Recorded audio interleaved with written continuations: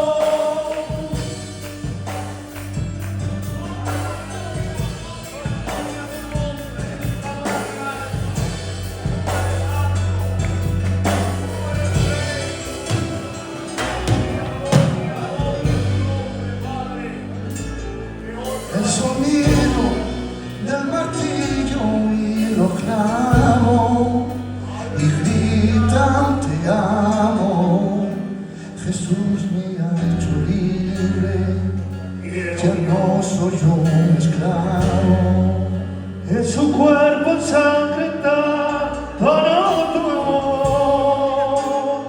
amor verdadero, porque nadie ha podido hacerlo. Por su muerte le dio vida, esos clavos, sus heridas, su costado traspasado. Jesús, quiero decirte que te amo, por amarme sin medida, por amarme cuando te escupía, por callarte cuando te insultaba, sin negar en mi vida, sin temor a nada. Déjame verlo al que está clavado, que yo le amo, por mí lo han crucificado. Déjame verlo, que ya no soy esclavo, su sangre me ha comprado. Ahora vivo enamorado. Déjame verlo al que está clavado, que yo le amo, por mí lo han crucificado. Déjame verlo, que ya no soy esclavo, su sangre me ha comprado. Ahora vivo enamorado.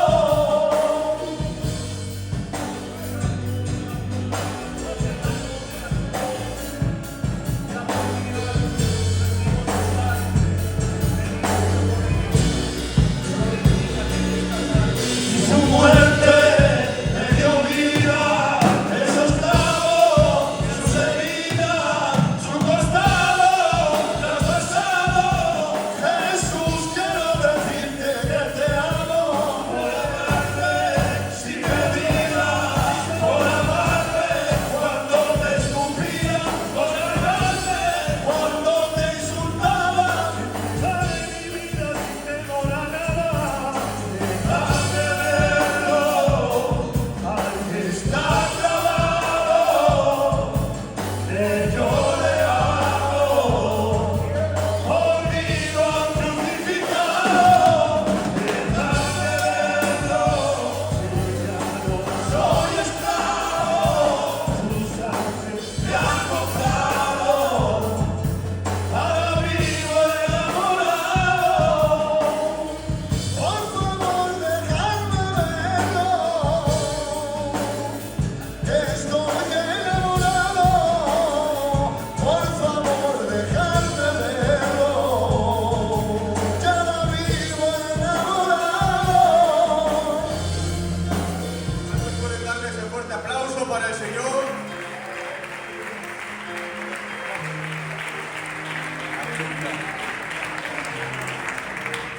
Bueno, agradezco al Señor y al pastor también que me da este privilegio de que hoy pueda transmitirles la palabra del Señor.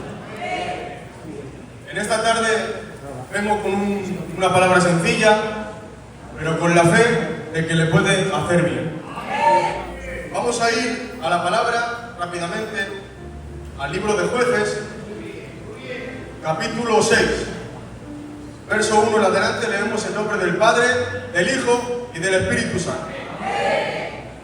Los hijos de Israel hicieron lo malo ante los ojos de Jehová, y Jehová los entregó en manos de Madián por 7 años. Y la mano de Madián prevaleció contra Israel, y los hijos de Israel, por causa de los madianitas, se hicieron cuevas en los montes y cavernas y lugares fortificados. Pues sucedía que cuando Israel había sembrado, subían los madianitas y amalecitas, y los hijos del oriente contra ellos subían y los atacaban, y acampando contra ellos destruían los frutos de la tierra. No dejaban que comer en Israel, ni ovejas, ni bueyes, ni asnos, porque subían con sus ganados y venían con sus tiendas en gran multitud como langostas. Ellos y sus camellos eran innumerables, así venían a la tierra para devastarla. Y de este modo empobrecía Israel en gran manera por causa de Madián. Y los hijos de Israel clamaron a Jehová. Y dice el verso 11: y vino el ángel de Jehová y se sentó debajo de la encina que está en Orfa. Y su hijo Gedeón, en la era de Joás Abiecerita, y su hijo Gedeón estaba sacudiendo el trigo en el lagar para esconderlo de los madianitas. Amén a su palabra. Este pasaje que acabamos de leer, iglesia, que todos hemos escuchado y que todos conocemos, tiene lugar en una etapa muy difícil y muy complicada para el pueblo de Israel. En este momento todavía no había reyes en Israel. Y dice la Biblia que esto fue después de la muerte de Josué. En este tiempo, antes de los reyes y después de Josué, se encuentra el periodo de los jueces, cuando Israel por fin se estableció en la tierra de Canaán. Como todos sabemos, el pueblo de Israel tiene su comienzo en el libro de Génesis, capítulo 12, cuando se le aparece Dios a Abraham y le dice: sal de tu tierra y de tu parentela para ir a la tierra que yo te mostraré. Podemos ver cómo Abraham coge todo lo que tiene, llega a Canaán y ahí se le vuelve a aparecer el Señor y le dice: a ti y a tu descendencia daré toda esta tierra por heredad.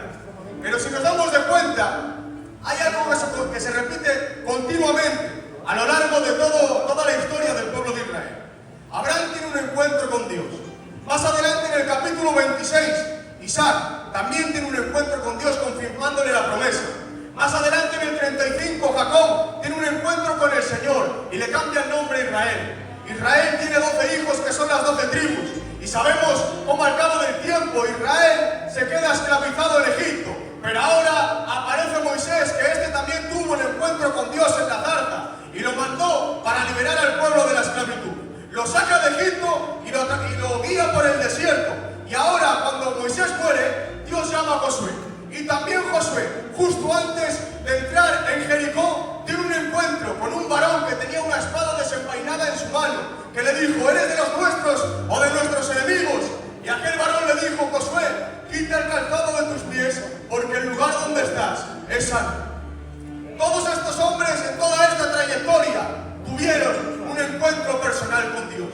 Pero ahora, iglesia, llegamos a este punto donde dice la palabra en el libro de Jueces, capítulo 2 y verso 10: y toda aquella generación también fue reunida con sus padres, y se levantó después de ellos otra generación que no conocía a Jehová y la obra que él había hecho por Israel.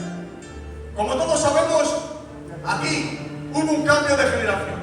Pasaron de la generación del desierto y la generación que salieron de Egipto con Moisés.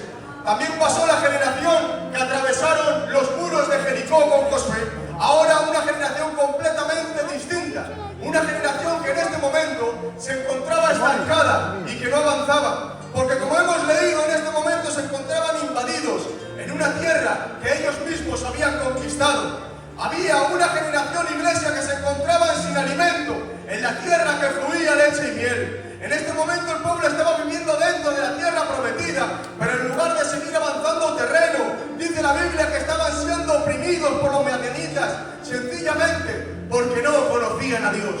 Vivían dentro de la tierra de Dios, pero no conocían al Dios de la tierra. Vivían en el entorno y en el territorio santo, pero no tenían trato ni relación con él. Podemos ver a un pueblo con la misma promesa de Abraham, de Isaac y de Jacob. Un pueblo que había conseguido todo aquello por lo que tanto lo usó Moisés y Josué, pero sin embargo, iglesia, vemos a Israel, que era un pueblo con promesa, pero sin encuentro. Por eso dice la Biblia que a diferencia de ellos, el pueblo de Israel no había tenido un encuentro cercano con Dios. Y dice la palabra, en Mateo capítulo 13, la parábola del sembrador que salió a sembrar. Y el primer ejemplo que da es que esa parte de la semilla cayó junto al camino y vinieron las aves y la comieron. Y más adelante el Señor Jesús da la explicación a esto y dice: cuando uno oye la palabra del reino y no la entiende, viene el malo y arrebata lo que fue sembrado en su corazón. El problema del pueblo es que se conformaron con estar junto al camino, teniendo la misma promesa, pero no les importaba vivir en la tierra prometida, sin experimentarlo y sin conocerlo. La evidencia de todo esto, iglesia, es que vivían muy cerca del camino, pero no tenían crecimiento. Escucharon hablar de cómo Dios los había sacado de Egipto. Escucharon hablar del Mar Rojo, de la columna de nube, de la columna de fuego. Escucharon hablar del maná que descendía cada mañana en el desierto. Escucharon hablar de las murallas de Jericó.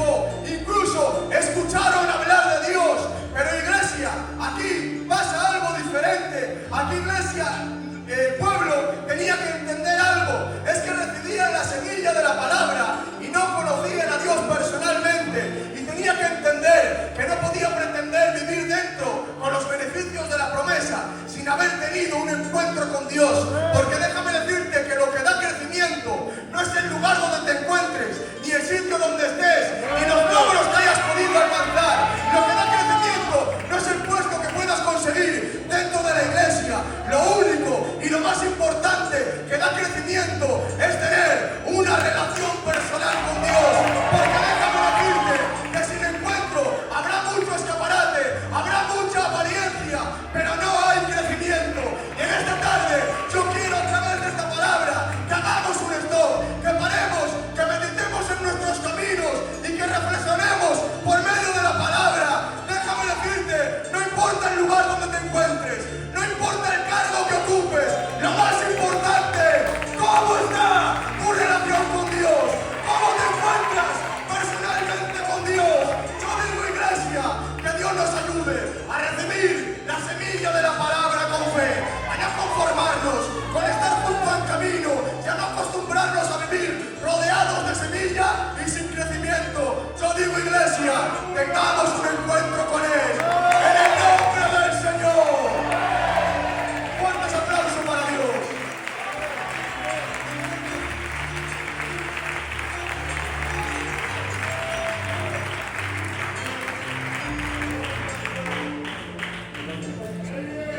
La consecuencia de no conocer a Dios y haber tenido un encuentro con Él tiene una gran repercusión en cada una de nuestras decisiones. La Biblia dice que estando Moisés a punto de morir, hace reunir a todo el pueblo para recordarles que antes de entrar en la tierra prometida era esencial que el pueblo obedecería el pacto que había hecho con Dios y el juramento que había hecho con Él para que guardaran sus leyes y sus mandamientos. Y ahora aquí Moisés se pone a explicarles al pueblo las bendiciones de parte de Dios sobre la obediencia del pueblo y también las maldiciones que vendrían sobre ellos si desobedecían a la palabra. Pero para que no se olvidaran de esto, Moisés les ordena y les dice a todo Israel: cuando paséis el Jordán, levantarás piedras grandes en el monte Ebal, las revocarás con cal y escribirás en ellas muy claramente todas las palabras de la ley. En ese día estarán 6 tribus sobre el monte Gerizim para bendecir al pueblo, pero también estarán otras 6 tribus sobre el monte Ebal para pronunciar la maldición, y a todo esto el pueblo dirá amén.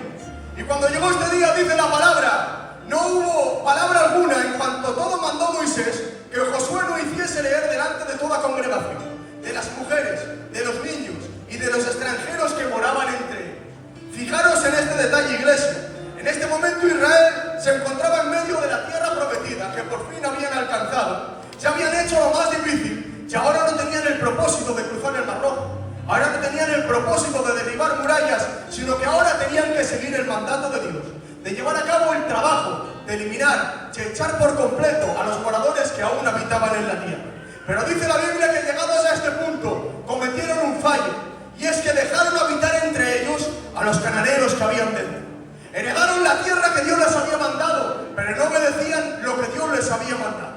Y ellos habían jurado a Dios obedecerle, pero sin embargo leemos en Jueces capítulo 3 y verso 6: y fueron para probar con ellos a Israel para saber si obedecerían los mandamientos de Jehová, que él había hecho a sus padres por mano de Moisés. Así los hijos de Israel habitaban entre los cananeos y tomaron de sus hijas por mujeres y dieron a sus hijas a los hijos de ellos y sirvieron a sus dioses. Me imagino, iglesia, que para evitar guerras, para no tener una batalla, para no tener un conflicto con ellos, en vez de matarlos, en vez de tirarlos de su terreno y quitarlos del medio, hicieron todo lo contrario. Dice la Biblia que les hicieron tributarios dentro de ellos, habitando y viviendo como uno más entre el pueblo. Y el problema, iglesia, es que normalizaron tanto esto, que incluso también los extranjeros leían y escuchaban la ley dentro del pueblo como uno más. Pero a causa de esto vino un mal peor. Y es que desobedecieron a Dios emparentándose con ellos, se olvidaron de Jehová y sirvieron a sus dioses. Porque cuántas veces lo que el enemigo no consigue hacer con una batalla, con una guerra, sin embargo lo consigue lograr con una decadencia, con una apatía que aparentemente no pasa nada, o con una paz ficticia, pero que inconscientemente me está apartando de Dios. Y ese es el peligro, iglesia, de vivir en Canaán sin conocer a Dios. Porque el diablo quiere conseguir que normalicemos lo que Dios no prueba. Por eso el pueblo se encontraba de esta manera. Tenían las leyes, los mandamientos y los estatutos delante, pero sabían que Dios no lo aprobaba y ellos lo estaban haciendo. Porque dice la palabra que ellos no le daban importancia a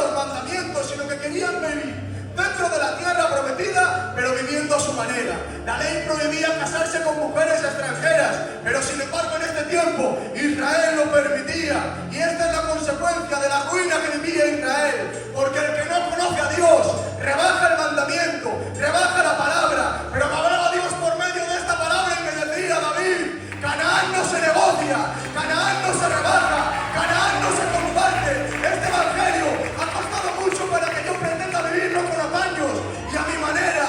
Déjame decirte, iglesia, que su palabra no se rebaja, su palabra no se cambia, su palabra no se puede manipular. Y yo digo en esta tarde que Dios nos ayude a quitar de en medio, a eliminar todo aquello que ponga en peligro nuestra relación con Dios, y que por encima de mis pensamientos, por encima de mis prejuicios, por encima de mis intereses, que reine, que gobierne, que dirija su palabra en el nombre del Señor.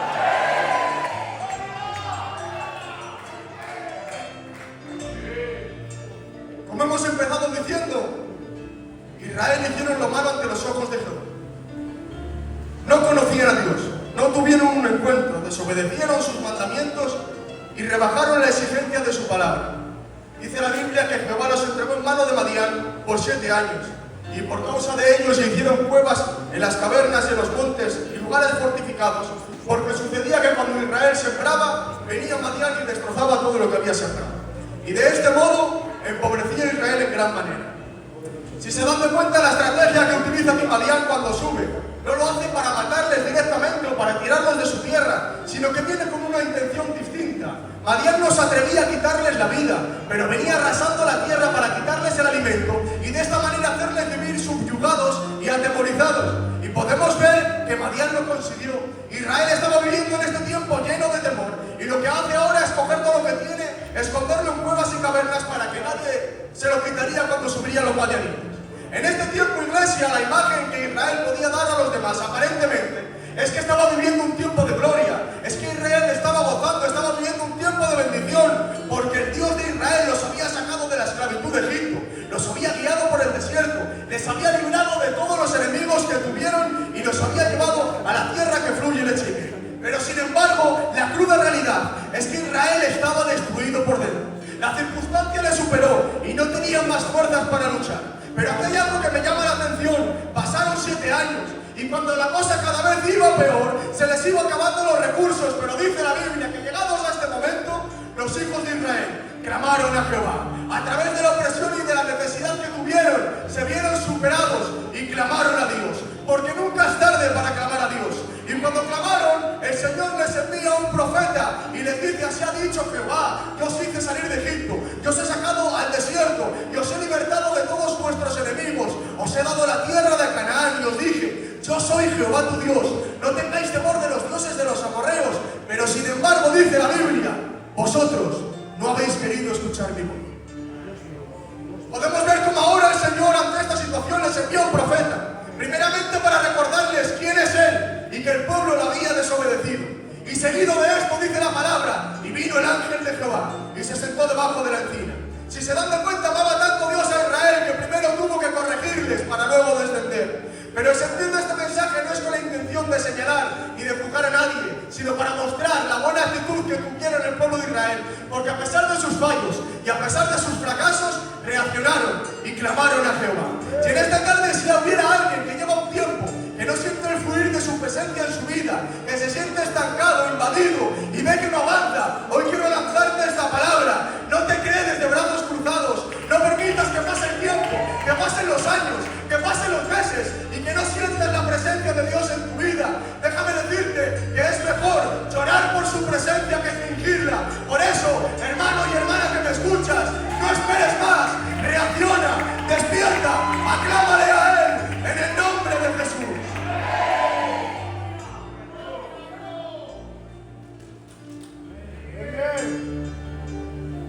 ¿Qué importancia tiene clamar a Dios cuando nos vemos superados? Cuando vemos que no podemos hacer nada más, que ahí es cuando tenemos que clamar al Señor. Dice el salmista David en el 55: en cuanto a mí, clamaré a Dios y Jehová me salvará. Porque no es por méritos humanos, iglesia. Ante Él no hay capacidades y no hay otro método que valga, sino que lo único método que nos da la victoria es clamarle a Él. Y cuando el pueblo clama para que Dios le salvara, aquí aparece el ángel de Jehová y desciende. y vemos a un hombre llamado Gedeón, que por causa del tiempo que estaba viviendo lo podemos ver escondido, pasando desapercibido, sin hacer ruido y debajo de un árbol solo. Gedeón estaba sacudiendo el trigo en el lagar silenciosamente para que no se dieran de cuenta y poder esconderlo de los madianitas. El motivo de esto es porque cuando Madián subía para atacarles, además de quitarles el fruto, dice la palabra que también no dejaban ni ovejas, ni bueyes, ni asnos. Y en aquel tiempo, iglesia, la manera más fácil de recoger el trigo era que pasaran los bueyes por el campo para que lo trillen y luego sacudirlo en el campo al aire libre para que la brisa del viento separaría el grano. Pero sin embargo aquí Gedeón se encuentra con una tarea completamente distinta de lo habitual. Madián había arrasado la tierra y ahora iglesia les había dejado sin ganado para trillar el trigo. Y no solamente eso, sino que además de que para trillarlo esto implicaba un mayor esfuerzo, tampoco podía ponerse en medio del campo para que nadie los viera y tenía que esconderse para sacudir el trigo. Y por ese motivo vemos a Gedeón en el lagar. Gedeón probablemente no es lo que él quisiera, pero sin embargo no le quedaba otra. Era la única capacidad que tenía, la única manera que tenía para poder alimentarse. Y aquí se le aparece el ángel de Jehová y le dice: Jehová está contigo, varón esforzado y valiente. Y ahora Gedeón le responde con sinceridad: Señor mío, si Jehová está con nosotros, ¿por qué nos ha sucedido todo esto? ¿Dónde están las maravillas que hemos escuchado de nuestros padres? ¿Qué ha pasado con nuestro Dios cuando nos sacó de Jehová de Egipto y ahora nos ha desamparado, nos ha entregado en manos de Madián? Aquí podemos ver, iglesia, cómo Gedeón estaba frustrado y decepcionado. Madián le había quitado la alegría, les había robado la fe, los tenían arrinconados, a tal punto que incluso pensaban que Dios había olvidado de ellos. Gedeón se había criado desde niños, escuchando las maravillas que Dios hizo con Israel, pero con un resentimiento de queja. Porque Gedeón pertenecía a la tribu de Manasés, que casualmente esta tribu fue una de las encargadas en subir al monte Gerizim para proclamar las bendiciones de Dios cuando entraran en Canaán. Pero aquí cambia el panorama, el pueblo no prospera, las bendiciones de Dios no son visibles y su familia es pobre en Canaán.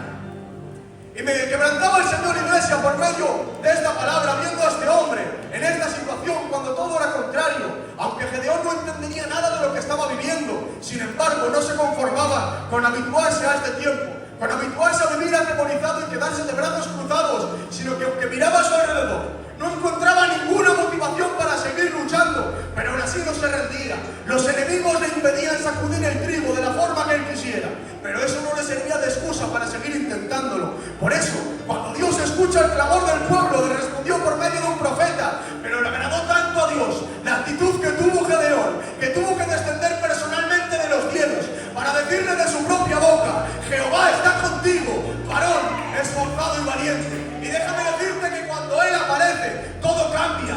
Gedeón tuvo un encuentro sin que nadie lo viera, sin aplausos, sin reconocimiento, pero Dios lo estaba contemplando, porque podía esconderse de los madianitas, pero para Dios no pasaba desapercibido. Y dice la palabra en el verso 14: y mirándolo Jehová, le dijo: ve con esta tu fuerza y salvarás a Israel, porque yo soy el que te envío. Sin ruido, pero se esforzaba. La circunstancia era contraria, pero seguía sacudiendo el trigo para tener alimento. Yo hoy quiero lanzarte una palabra de parte del cielo. Aunque la situación que estás viviendo no te deje sacudir el trigo de la manera habitual o de la manera que estás acostumbrado, déjame decirte que Dios te está contemplando en la intimidad de tu lagar personal, porque Dios es el único que ve, que valora tu esfuerzo cuando no tienes fuerzas. Dios es el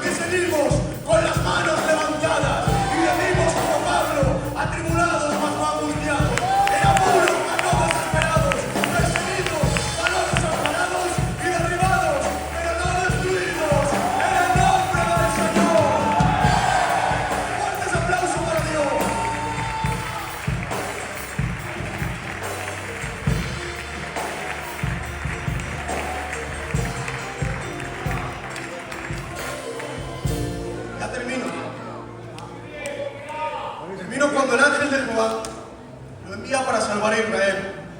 Gedeón se ve incapaz y le dice que es el menor de su casa, que viene de una familia pobre y que no tenía recursos.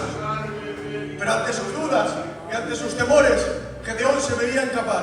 Pero aquí tenía la mayor capacidad que podía tener. Le dice Dios: ciertamente yo estaré contigo. Gedeón, sintiendo que estaba hablando con el Señor, le pidió una señal. Le prepara un cabrito, panes sin levadura, lo trae debajo de la encina, y cuando el ángel de Jehová tocó la ofrenda con el báculo, fue consumida por el fuego. Entonces Gedeón supo que estaba en la presencia del Señor y temía morir porque lo había visto cara a cara. Pero Jehová le dijo: paz a ti, no tengas temor, no morirás. Y en ese momento Gedeón edificó un altar y le llamó Jehová Salom, que significa Jehová es mi paz. Esto le sirvió como señal para entender que en medio de la invasión, ahí es cuando Dios se le aparece y estaba con él para darle paz. Iglesia, también confirmaba el propósito que Dios tenía con él para traer la paz a Israel. Y podemos ver cómo a través de él todo el pueblo es librado del conflicto que estaban viviendo con los madianitas. Porque cuando clamaban para que toda la opresión se acabara, nadie era capaz de traer paz en este tiempo, pero menos mal que cuando todo era contrario, Gedeón obedeció a Dios. Porque aquí el pueblo se quejaba contra Dios, pero Gedeón, a través del trato que tuvo en la intimidad del lagar, pudo entender algo. Y es que no podía pretender exigirle a Dios las bendiciones de Jericín viviendo conforme a la desobediencia de Baal. Y Gedeón aceptó el llamado, que casi le costó la vida, porque cuando derribó el altar de Baal y la imagen de Asera, dice la palabra que los hombres de la ciudad lo buscaban para matar. Pero ahora acompañadme al Evangelio de Lucas, al capítulo 2, cuando toda la humanidad también estaba hundida, arrinconada, arruinada y oprimida por el pecado. Aparece en escena un niño naciendo en un pesebre. Este también vivía en una familia pobre y tampoco era el lugar habitual para nacer, pero era el divino Emmanuel, el Dios con nosotros, viniendo a esta tierra para rescatarnos del fango del pecado. A este no le bastó con sacrificar un toro o un cabrito como a Gedeón, sino que él mismo fue el perfecto sacrificio para traer la paz y reconciliar a todo hombre con Dios Padre. Por eso dice la Biblia en Hebreos 10:5: sacrificio y holocausto no quisiste, mas me preparaste cuerpo.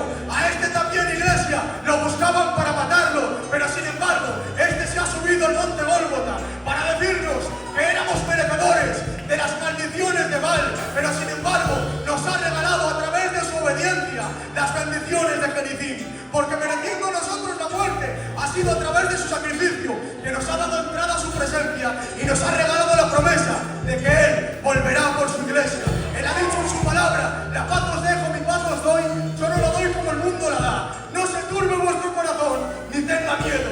Él también dijo: estas cosas os he hablado, para que en mí tengáis paz. En el mundo tendréis aflicción, pero confiad, yo he vencido al mundo. No solamente nos ha librado del pecado, nos ha regalado la vida eterna, sino que también en medio de tu problema, en medio de tu dificultad, en medio de tus dudas, en medio de tus temores, tienes la seguridad de que no te encuentras solo, sino que Él está contigo todos los días.